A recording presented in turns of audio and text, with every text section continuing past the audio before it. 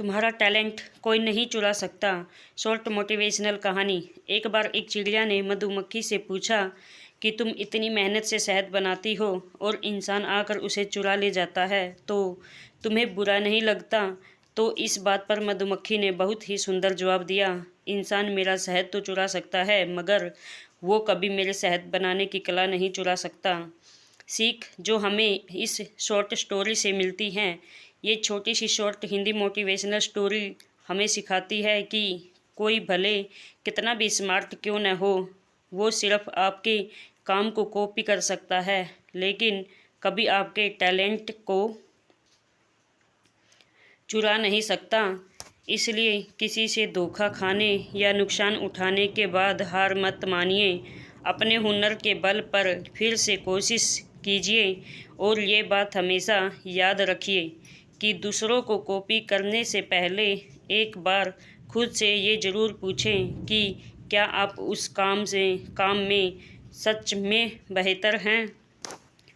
क्योंकि कई बार ऐसा होता है कि बर्बाद कर देते हैं, फिर ना ही हम वो रह पाते हैं जो हम असल में होते हैं और ना ही उस तरह का बन पाते हैं जिसने हमें अपना टैलेंट समझ के कॉपी किया होता है। तुम्हें किससे प्यार है? Short Hindi motivational stories. एक बार एक व्यक्ति अपनी नई कार को बड़े प्यार से पॉलिश करके उसे चमका रहा था। तभी उसकी 4 साल की बेटी पत्थर से कार पर कुछ लिखने लगी। कार पर खरोंच देखकर पिता को इतना गुस्सा आया कि उसने बेटी के हाथ में जोर से डंडा मार दिया, जिसकी वजह से बच्ची की उंगली टूट गई। हॉस्पिटल से आने के बाद बेटी पूछती है, डैड मेरी उंगलियां कब ठीक होंगी? गलती पर पछता रहा था। पिता कोई जवाब नहीं दे पाता। वह वापस जाता है और कार पर जोर जोर से मारकर अपना गुस्सा निकालता है। कुछ देर बाद उसकी नज़र उस खरोंच पर पड़ती है जो उसकी बेटी ने लगाया था और जिस पर लिखा था, I love you dad also read. कहाँ मिलेंगी खुशियाँ? Motivational story. प्रेरणादायक सीख जो हमें इस कहानी से मिलती है। यह कहानी हमें सिखाती है कि गुस्से और प्यार की कोई सीमा नहीं होती। याद रखें कि चीज़ें इस्तेमाल के लिए होती हैं और इंसान प्यार करने के लिए। लेकिन आज हम लोगों की सोच इतनी छोटी हो गई है कि हम चीज़ों से प्यार और लोगों को इस्तेमाल करने लगे हैं। याद रखें, टूटी हुई चीज़ को फिर से जोड़ा जा सकता है लेकिन टूटे हुए रिश्ते बहुत मुश्किल से जुड़ते हैं। रामधर के 4 बेटे थे। चारों का विवाह हो चुका था। रामधर के पास बहुत सी जमीन जायदाद थी तो जायदाद का बंटवारा करने के लिए चारों भाइयों ने पंचायत बुलवाई।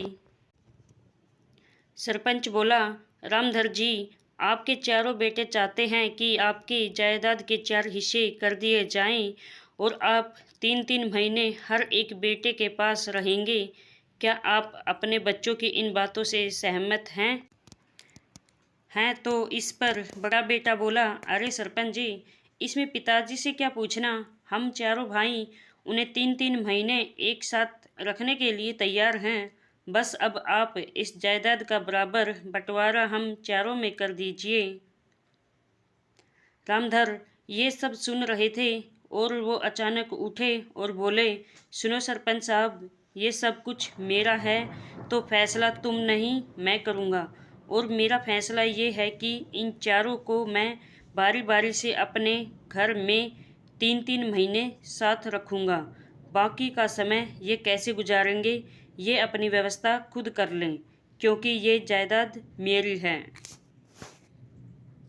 पिता का फैसला सुन पंचायत और चारों बेटों का मुंह खुला का खुला रह गया। आल्सो रीड द कंफर्ट जन मोटिवेशनल स्टोरी। छोटी सी मोटिवेशनल कहानी हमें सिखाती है कि फैसला औलाद को नहीं, हमेशा माँ बाप को करना चाहिए। माँ बाप हर चीज़ अपने बच्चों की खुशियों के लिए करते हैं लेकिन आज की पीढ़ी कुछ ऐसी हो चुकी है जो पैसों और जायदाद के चक्कर में अपने माँ बाप को ही छोड़ देते हैं। ऐसी औलाद जो जायदाद और पैसों के लिए माँ बाप का ही बंटवारा कर दे, वो औलाद सिर्फ एक बोझ होती है। माँ बाप हमेशा ये सोचते हैं कि हमारी औलाद हमारे साथ रहे, लेकिन उनकी औलाद ये सोचती है वो अपने परिवार के साथ अलग रहे। जो माँ बाप सारी ज़िंदगी हमारे लिए कुछ करने में गुजार देते हैं और उन्हीं माँ बाप को खुद से अलग करने की सोचते हैं। दोस्तों, पैसा या जायदाद कभी भी माँ बाप से बड़ी नहीं होती, इसलिए अपने पेरेंट्स के साथ रहें। हमेशा कोशिश करें कि कभी ऐसी सिचुएशन ना आए कि आपको अपने माँ बाप का बंटवारा करना पड़े। मिलकर रहना ही परिवार की ताकत होती है और इस ताकत को कभी कमज़ोर ना होने दें। आल्सो रीड, कुछ चांस लाइफ में बार बार नहीं मिलते।